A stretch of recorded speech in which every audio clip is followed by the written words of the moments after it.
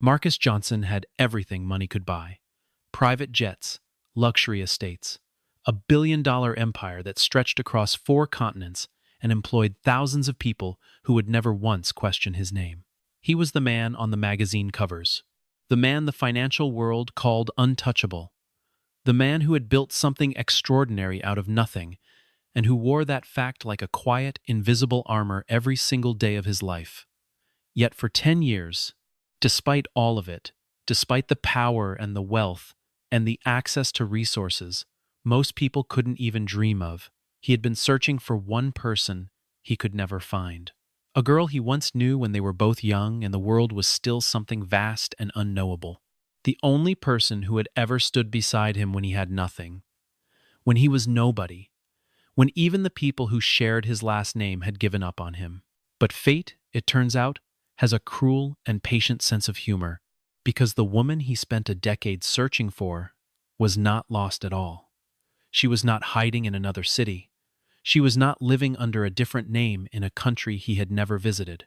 She was right there, working in his own company, passing him in the hallway on ordinary Tuesday mornings, sitting 3 floors below the office where he made decisions that moved markets.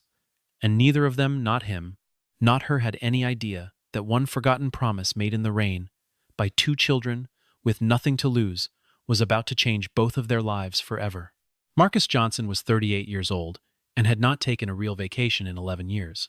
His assistant, a sharp and efficient woman named Denise, kept a running list of the things he refused to do: sleep more than 5 hours, eat lunch away from his desk, attend the company holiday parties he personally funded, miss a quarterly earnings call for any reason short of a natural disaster. But the one item on Denise's private list, the one she had never spoken aloud to anyone, not even to her husband, was the name she sometimes heard Marcus whisper when he thought no one was close enough to hear. Ava. Just that. One word, like a question he had asked so many times it had worn a groove into the air around him.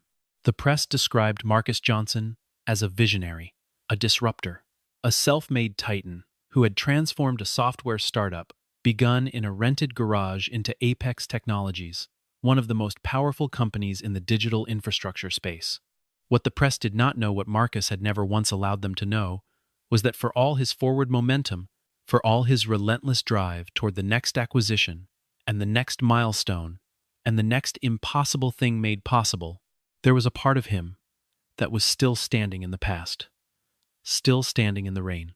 He had grown up in a neighborhood that people drove through without stopping, a place where the grocery stores closed early and the streetlights stayed broken for months, and the idea of a child leaving to build something great was treated less like ambition and more like a joke. Everyone was too polite to laugh at, openly. His mother had worked 2 jobs and still come home tired in the way that goes all the way down to the bone. His father had left before Marcus was old enough to understand what that meant. The kids at school had a particular cruelty that is unique to children who have not yet learned to disguise what they think of each other. Marcus was the kid with the worn-out sneakers, the kid whose lunch was always the same, the kid who carried library books home in a backpack with a broken zipper that he had fixed himself with a piece of wire. Nobody sat next to him in the cafeteria by choice. Nobody picked him for their team. Nobody, in the ordinary course of an ordinary school day, looked at Marcus Johnson and thought, that one will matter. Nobody except Ava. She had moved into the apartment building across the alley from his when they were both around 9 or 10 years old. He could never quite pin down the exact year, because time in childhood is elastic and strange, and what he remembered was not a date, but a feeling. He remembered a girl who laughed without worrying about whether her laugh was too loud, a girl who shared her lunch without being asked and didn't make it seem like charity, a girl who told him one afternoon, with the absolute certainty that only children and visionaries possess, that he was going to be somebody important one day and that she would tell everyone she knew him when he was. He remembered thinking she was wrong. He also remembered how much it mattered that she said it. They were inseparable for almost 3 years, which is a lifetime. At that age, in that neighborhood.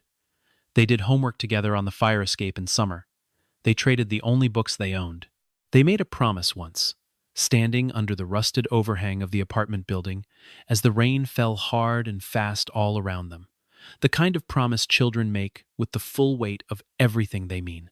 He kept one half of a broken pendant. She kept the other. He kept his half in a small, carved box until he was old enough to understand what it meant, and then he wore it against his chest. And then one day, on the worst night of his worst year, he lost it and found only the plain braided friendship bracelet she had given him separately, and held on to that instead. And he did become somebody. But by the time that happened, Ava was gone. Her family had moved suddenly. No forwarding address, no phone number that worked, no trace that he could find. And he had tried God, how he had tried first informally, and then, as the money began to accumulate, through private investigators and record searches, and every avenue available to a man of his resources. 10 years, and nothing. He kept the bracelet on his wrist even now. He wore it beneath the cuffs of his custom suits and the starched shirts that cost more than some people's monthly rent. He wore it to board meetings and investor calls, and the kind of dinners where you did not check the price of anything on the menu. He wore it because it was the only thing left that connected him to the version of himself that had been real before the world taught him to perform. And on a gray November afternoon, while he sat in the back of his car reviewing documents he had already reviewed twice, he pushed up his sleeve without thinking to check his watch. And an assistant who was riding along a new hire named Derek, who had been with the company for less than 6 weeks, looked up from his laptop at exactly the wrong moment, or perhaps the right one, and saw the bracelet. Derek's expression changed, just slightly. The way a person's face changes when they see something they weren't expecting. Marcus noticed. The way Marcus noticed everything, but said nothing. He simply pulled his sleeve back down. He did not ask Derek what he had seen. He did not know yet that it mattered. Ava Carter had worked at Apex Technologies for almost 2 years, and in that time, she had become the kind of person that large organizations depend on without ever acknowledging. She was 37 years old, 5 feet 4 inches tall, and had the kind of stillness about her that people sometimes mistook for meekness until they watched her work long enough to understand it was actually precision. She handled event logistics and administrative coordination for the company's mid-level operations division, which meant she was responsible for the kind of work that made everything else run smoothly, while receiving approximately none of the credit for doing so. She arrived early. She stayed late. She solved problems before they became emergencies and routed information to the right people with an accuracy and efficiency that her direct manager, a man named Glenn Hartwell, would have praised openly if he had been the kind of person who praised the people working beneath him. He was not. Glenn was the kind of manager who signed his name to the results of other people's labor and called it leadership, and who had a particular talent for making the people who produced those results feel grateful for the opportunity to be overlooked. Ava lived alone in a small but carefully kept apartment 20 minutes from the office. She cooked most of her own meals. She kept a few plants on the windowsill. She had a small shelf of books that she had read more than once, and a framed photograph on her nightstand that she sometimes looked at for longer than she meant to before she turned the light off and tried to sleep. She didn't talk about her past with her coworkers. Not because she was particularly private, she wasn't unfriendly, and people liked her in the easy, uncomplicated way that people like someone who is consistently kind and never dramatic, but because some things are too layered to explain in the 30 seconds between getting coffee and getting back to a desk. Her childhood had been complicated in the way that childhoods in poor neighborhoods often are, moves that happened suddenly, losses that were not dramatic enough to be tragedies, but were heavy enough to change the shape of things. And somewhere in the middle of all that complication, there had been a boy she used to know. A serious, determined boy with wire-rimmed glasses he had taped at the bridge, and an intensity about him that she had always found more comforting than frightening.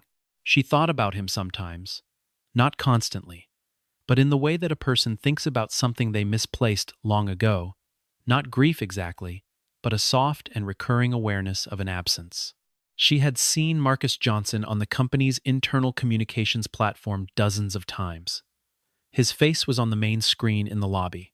His voice came through on quarterly all-hands meetings. She watched him speak once, during a company-wide address, and felt something strange pass through her. A flicker of familiarity, so brief, it was almost nothing, like catching a scent that reminds you of something you can't name. She dismissed it. He was famous. She probably felt like she recognized him because she had seen his face in so many places.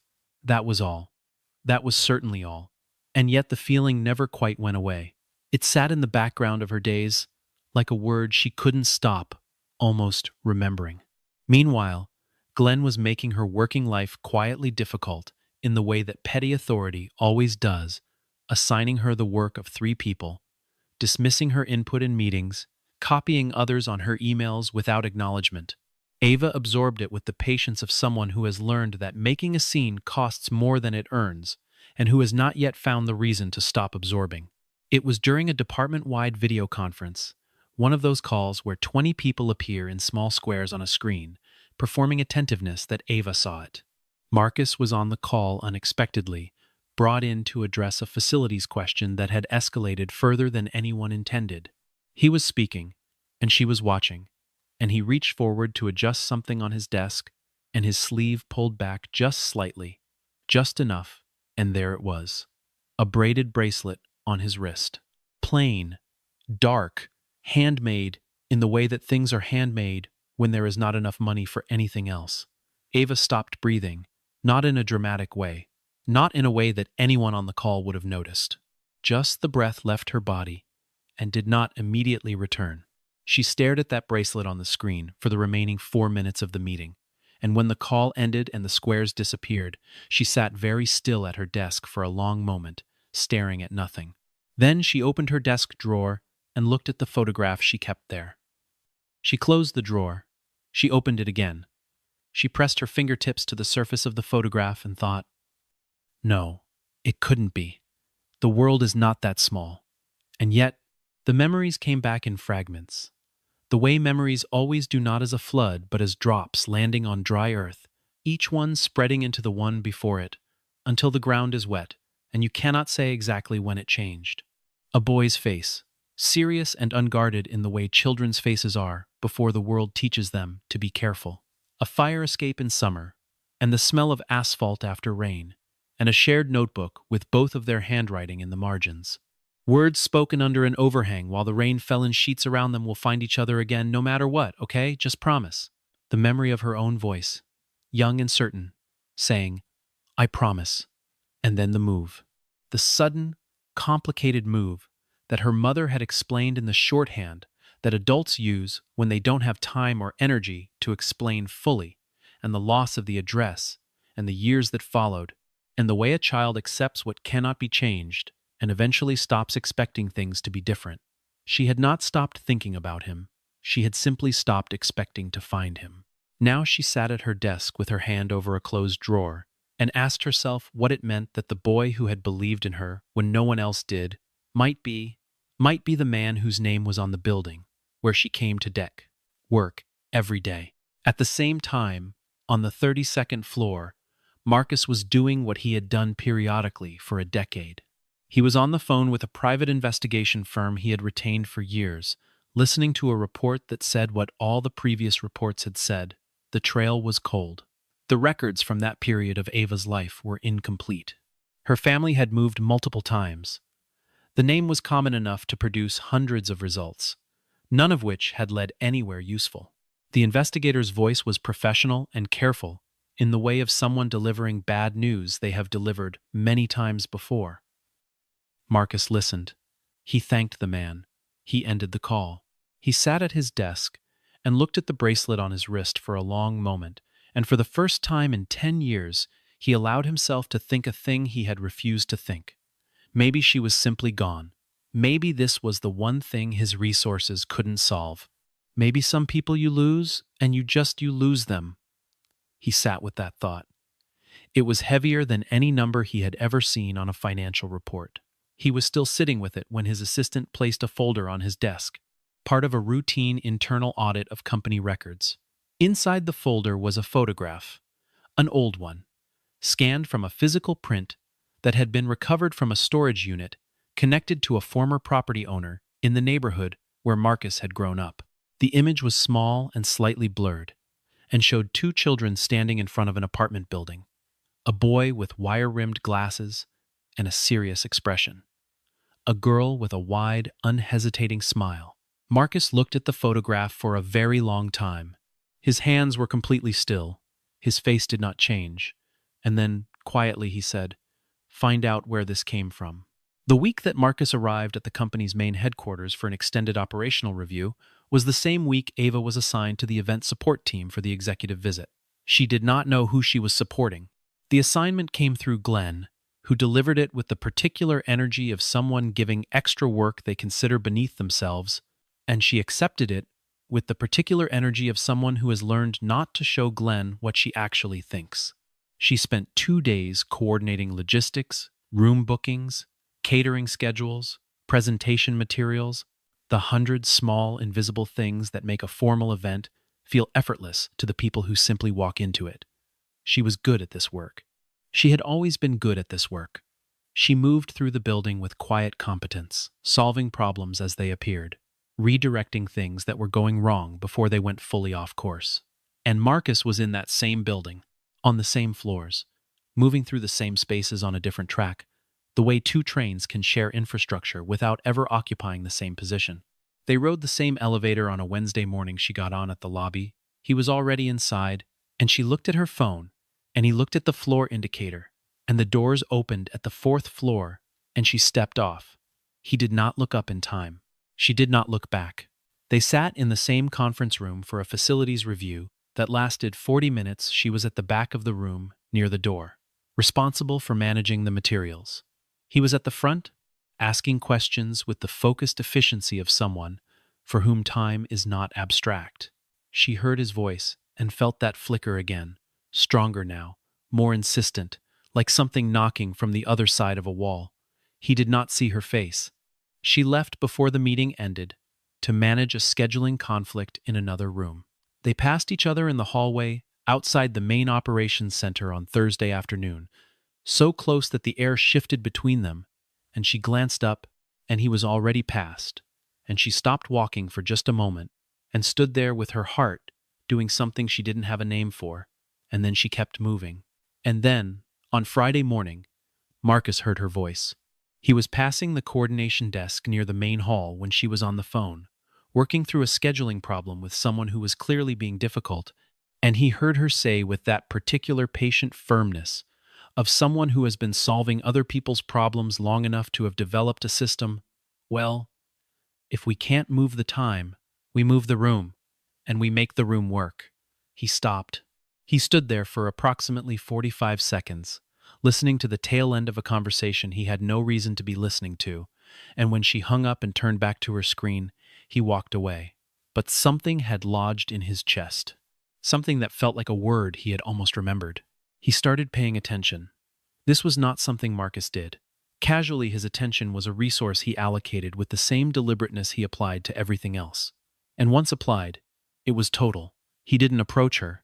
He didn't make it obvious.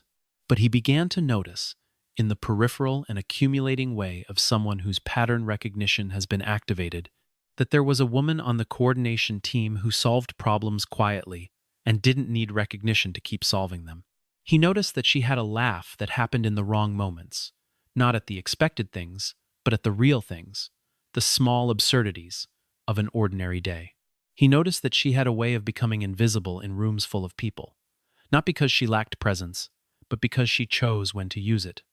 And he noticed, in the employee directory, he looked up one evening, under the pretense of reviewing team rosters, that her name was Ava Carter. He sat with that for a moment. Ava. He told himself it was a common name. He told himself he was building something out of nothing because he was desperate and tired and had been looking for too long. He almost believed it. The coincidences, once he started looking, were not subtle. They never are, in hindsight. She had listed her date of birth in the HR system, and it matched. She had listed her previous addresses, and one of them from over 20 years ago was a building one street over from where Marcus had grown up. The neighborhood had a name that very few people used anymore because the neighborhood had changed, but Marcus recognized it the way you recognize a face that has aged. He sat in his office on the 32nd floor and looked at these facts on his screen and did not move for a very long time. He thought, this cannot be a coincidence. He also thought, it can't be her. Because if it were her, if she had been here, in this building, in this company, for 2 years, then what did that mean about 10 years of looking? What did that mean about everything he had told himself was impossible? The door between those two thoughts was very heavy, and he stood on one side of it for 24 hours before he could make himself open it. The thing that finally opened it was not a coincidence. It was a name on a termination recommendation. Marcus had been doing a routine review of departmental performance, going through the kind of mid-level operational data that typically lives below the altitude where CEOs spend their time, and he came across a flag in the HR system, a formal termination recommendation submitted by Glenn Hartwell for a member of the coordination team. The reason given was performance. The name on the recommendation was Ava Carter. Marcus read the recommendation twice. It was written in the careful, passive language that people use when they want to sound objective and aren't. Then he read her actual performance record, which showed 2 years of consistently excellent evaluations from every reviewer who had seen her work until Glenn took over the team 8 months ago, at which point the language changed in a way that told a particular story to anyone who had seen that particular story before. Then he read the complaints that had been filed not by Ava, who had filed nothing, but by 2 other team members, who had described Glenn's behavior in terms that were familiar and specific, and exactly the kind of thing that good organizations are supposed to catch before it compounds into something larger. Marcus sat back. Something settled in him, not anger exactly, but the cold, clear clarity of someone who knows what he is looking at and knows what needs to happen next. He forwarded the file to HR with 3 words: put this on hold. Then he made a different phone call. The phone call that would set the next 24 hours in motion and end at 2 o'clock on a clear afternoon, in a room with high windows and 2 halves of a broken thing placed on a desk between 2 people who had spent a decade finding each other. Ava did not know any of this was happening. She knew only that she had gone home that evening, and for no reason she could logically explain, gone to the back of her closet and pulled out a cardboard box that had moved with her through 4 apartments and which she had not opened in years. She sat on the floor with the box in her lap and opened it. Inside, photographs she hadn't looked at in a decade, a birthday card written in her mother's handwriting, a folded piece of paper that turned out to be a drawing she had made as a child, 2 stick figures on a fire escape, labeled in her 10-year-old spelling, and at the bottom, wrapped in a square of cloth, half of a small silver pendant, broken cleanly down the middle, 1/2 of what had once been a hole. She held it in her palm and felt something release in her chest like a held breath, like something that had been waiting for exactly this moment to be set free.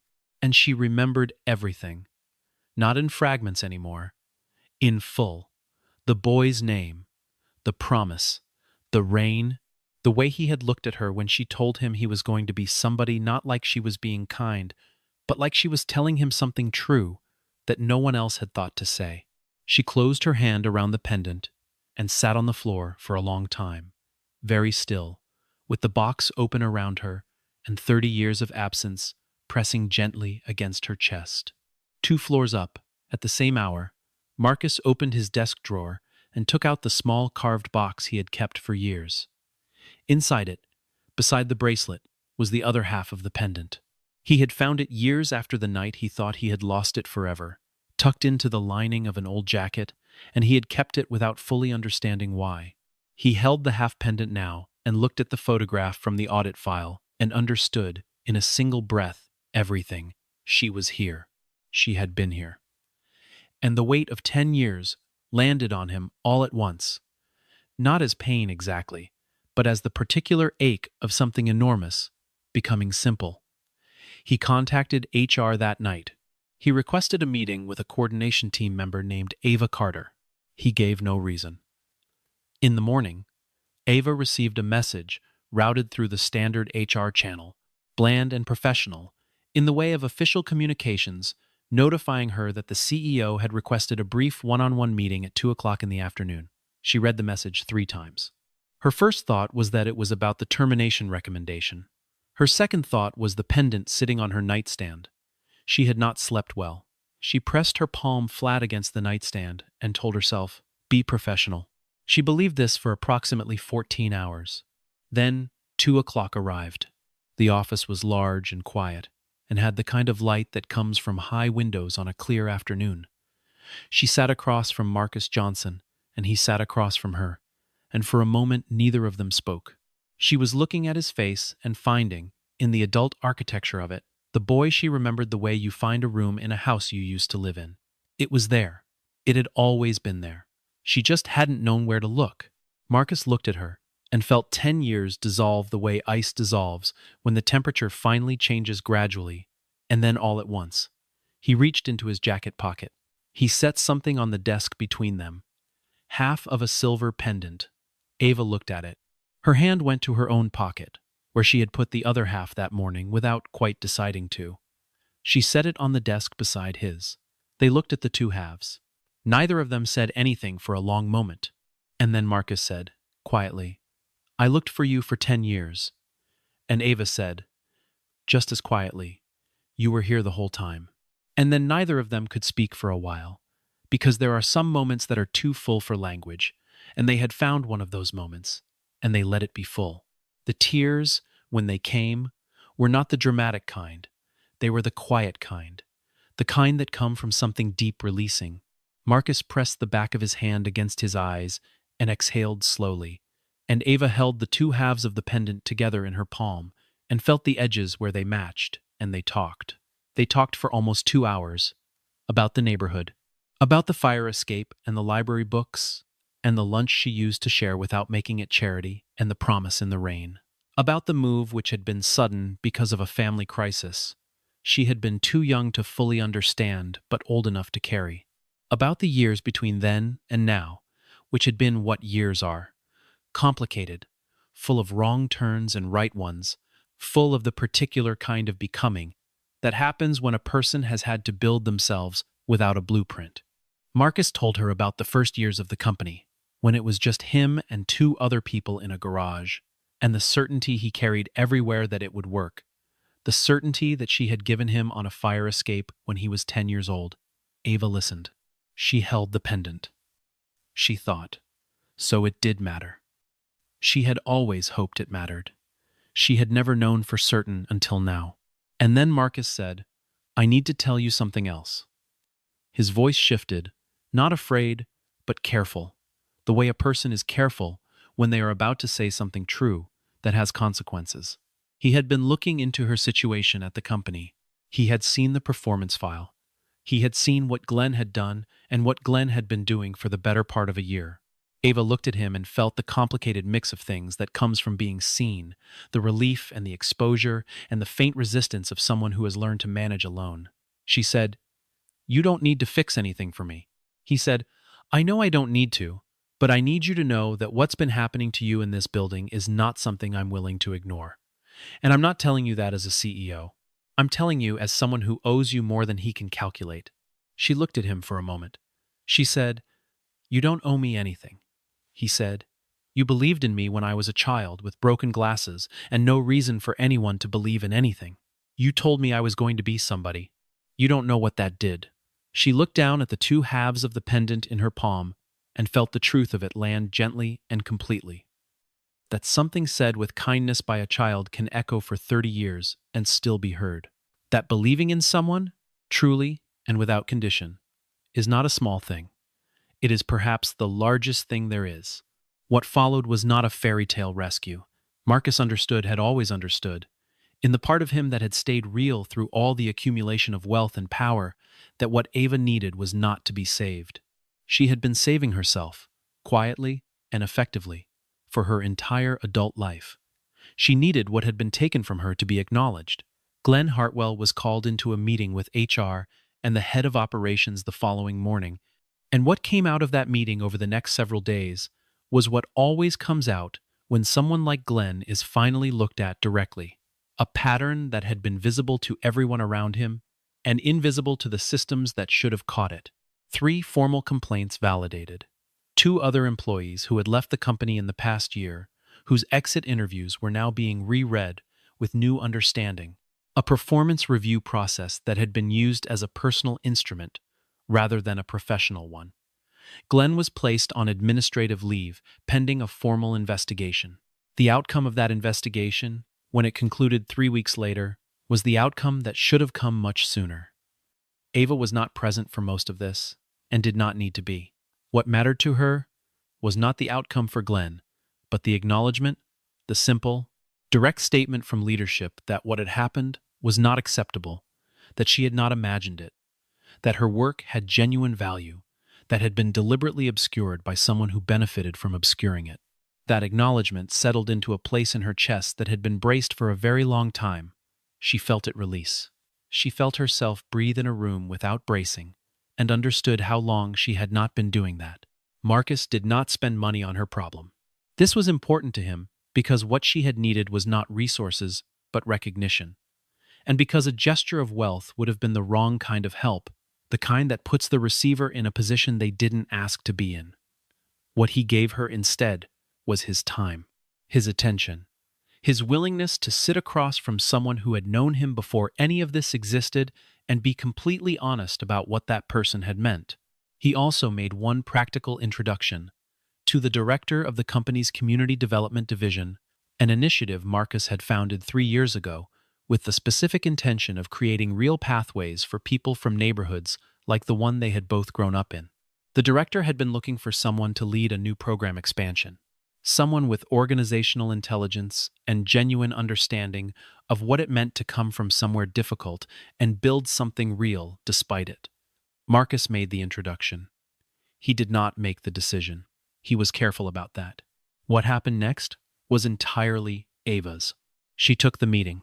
She sat across from the program director, a calm, direct woman named Patricia Wells, who had spent 15 years doing exactly this kind of work and who could recognize, within 10 minutes of a conversation, the difference between someone who understood community development theoretically and someone who had lived inside the problem they were trying to solve.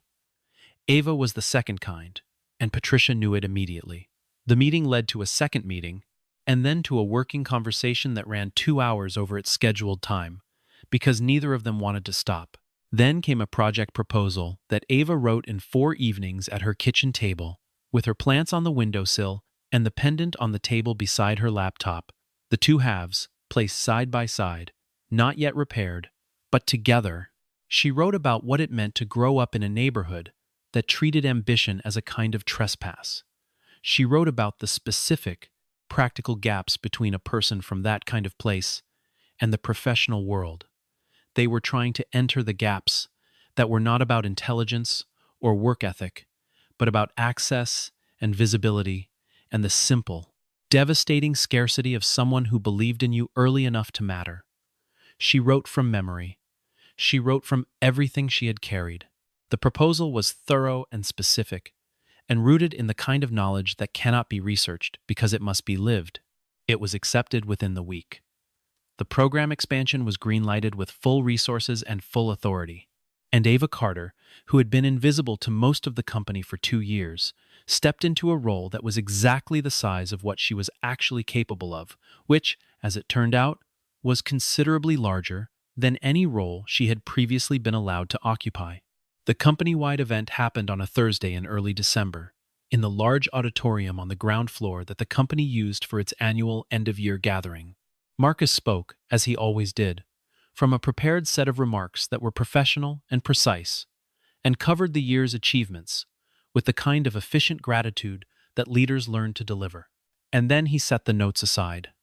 The room noticed. It went quiet in the particular way that rooms go quiet when they sense something unscripted is about to happen. Marcus looked out at the several hundred people in the auditorium and the thousands more on screens joining remotely, and he said, "I want to tell you something that isn't in the report." He said, "I grew up in a neighborhood that a lot of you have probably driven through without stopping." He said, "I've told parts of this story before, in interviews and speeches, in the version of my biography that has been repeated at PFT enough times that it has started to feel like something that happened to someone else. But there is a part of the story I have never told publicly, because for a long time, I didn't know how it ended." He told them about the girl on the fire escape. He told them about the promise in the rain, and the pendant and the bracelet that he still wore beneath his sleeve at every board meeting, at every acquisition closing, at every moment when he needed to remember what was real. He told them about 10 years of searching. He told them about the photograph and the HR directory and the afternoon 2 weeks ago when a woman he had been looking for across a decade sat down across from him in his own building and set the other half of a broken thing on the desk between them. The room was completely still. He said her name. He said, "Ava Carter has been working in this building for 2 years. She has been doing her work with more skill and integrity than most of us will ever know, quietly, without recognition, without the support she deserved, and without complaint." He said, "She is the reason I believed I could build anything at all, and I stood at a microphone in front of this company for years without knowing she was in the audience." Ava, sitting in the third row, did not move. She was not embarrassed. She was not performing composure. She had known this moment was coming. Marcus had told her it was coming, had asked her permission, had sat across from her 2 days before the event and said, "I want to tell the truth about where I came from, and the truth includes you, and I won't do it without your yes." She had looked at him for a long moment and thought about all the years she had spent being precisely invisible and all the ways invisibility had protected her and all the ways it had cost her, and she had said, "Yes, tell it." So she sat in the third row and heard her name spoken aloud in a room of hundreds and felt something shift in the architecture of things, the quiet but total shift that happens when a story that has only ever been carried privately is finally, at last, told out loud. She held the two halves of the pendant together in her hands, joined in her palm though not yet repaired, and she felt the room looking at her and felt, for the first time, in a very long time, the thing she had once given to a 10-year-old boy on a fire escape. She felt seen. Marcus looked at her from the front of the room.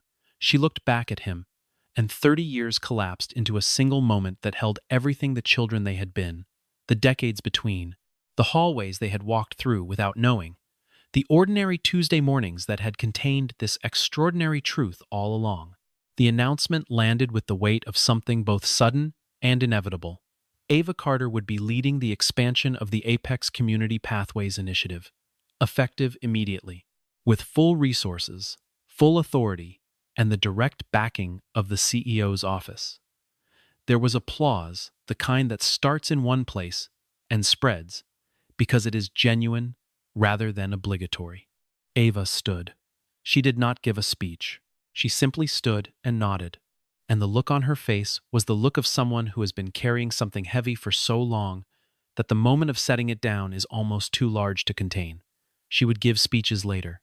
She would be very good at them. She would stand in front of rooms full of people and talk about what it meant to come from somewhere difficult and find your way back to yourself. And the people in those rooms would hear something in her voice that was not performance. It was knowledge, the kind that costs something to earn. But in that moment in the auditorium, she simply stood and let the room see her. And that was enough. That was, in fact, everything. What Marcus Johnson had built over 2 decades was extraordinary by any measure. Apex Technologies moved markets. It employed thousands. It had changed the infrastructure of digital communication in ways that would continue to compound for years to come. None of that was small. But standing in that auditorium on a December Thursday, looking at the woman who had told him he would be somebody when he had nothing and no reason to believe it, Marcus understood something about the ledger of a life. He understood that the things which actually hold a person together are rarely the things that appear in the quarterly reports. They are the quiet moments. The promises made under a rusted overhang in the rain. The girl who shared her lunch without making it feel like charity. The voice that said, "I believe you not because it was strategic, not because there was anything to gain, but because it was simply true," and she thought he deserved to hear it. And he understood that a person can spend a decade assembling everything the world considers evidence of a good life and still be searching, still be standing in the rain, in some room inside themselves, waiting for the person who made the world feel safe before the world taught them to be careful. He looked down at the bracelet on his wrist. Across the auditorium, Ava held the pendant, two halves of a broken thing. 10 years of wrong directions, and close calls, and ordinary hallways that had contained something extraordinary all along. And now, this. Not an ending. A return. The kind of moment that does not conclude a story so much as reveal what the story had always been about. There are people we spend years searching for, not because they have something we need in any practical sense, not because they can change our circumstances or solve the problems that wake us at 3 in the morning. We search for them because they are the people who were there before we knew how to be what we became, because they held the earliest version of us, the unpolished, undefended, wire glasses and broken zipper version, and found it worthy, because they made a promise in the rain with nothing to back it up except the absolute sincerity of two children who had not yet learned to be careful with hope. We search for them because without them, we cannot fully account for ourselves. Without them, the story of how we got here is missing the most important page. Marcus Johnson had built an empire. But the thing he had been building toward the thing at the center of all of it, the thing that had given the drive its direction when he was exhausted, and the doubt was loudest, and the easiest thing would have been to stop, was not a company. It was a promise made in the rain to a girl who believed in him first, when belief was the only currency either of them had, and she gave it freely. She had been 3 floors below him. She had been passing him on ordinary Tuesday mornings, stepping off the elevator at the 4th floor while he looked at the floor indicator. Arriving early to prep the conference rooms, he walked into and left without looking at who had set the water glasses on the table. She had been answering phones and solving other people's problems, and doing the invisible, essential work that keeps the machinery running in a building that bore his name, and neither of them had known. The investigation had gone cold every single time, and the answer had been 3 floors and 2 hallways away on any given workday for 24 months. He thought about that. He sat with it, and did not flinch from it, the particular comedy of enormous effort, entirely missing the obvious thing, the irony that could break a person if a person let it. He chose not to let it. He chose instead to understand it as the kind of story that could only have happened this way, in exactly this sequence, at exactly this time, when they were both finally ready for what came next. Because the truth had always been true, the promise had always held, the two halves had always fit. All that had ever been required was the moment in which everything became simple enough to see. Ava looked across the auditorium and found his eyes and held them for a moment that lasted longer than moments usually last. She thought about the fire escape, the rain, the boy with the serious face, who had looked at her when she said, "You're going to be somebody," like she was offering him the most valuable thing she owned, which she was. She thought about all the years between that moment and this one. The years of not knowing, the years of managing alone, the years of walking past a photograph on a nightstand, and almost remembering something she didn't yet have a name for. She thought, here we are. She thought, we kept our promise. The two halves of the pendant sat warm in her palm, edges fitting together exactly as they were always made to fit, and the 10 years of searching were over, and something else. Something neither of them had known to look forward to because they had spent so long, only looking back, had just quietly, certainly, irreversibly begun.